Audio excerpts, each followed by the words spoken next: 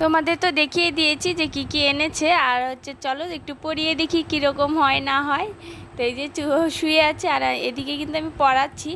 আর এতদিন আমি ভিডিও দিইনি এই কারণে আমার মেয়েটার শরীরটা ভালো ছিল না সেরকম, আর আমিও সিজারিন হয়েছি, ওই কারণে আমার শরীরটাও ভালো ছিল না।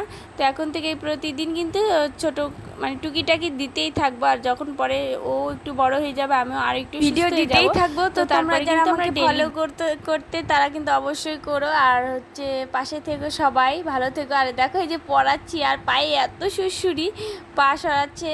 তো পরে এটা আমি যেহেতু ভয়েসটা পরে দিচ্ছি, কিন্তু এতে কোনো কাজ হয়নি, আরও কান্না করে পরিয়ে দিলে, কারণ ও ইচ্ছে মতন হাত ধরতে পারে না, চুল তারপর মুখ টুকে দিতে পারে না, তো প্রচুর কান্না করেছে, ওই কারণে আর পরে পড়াইনি।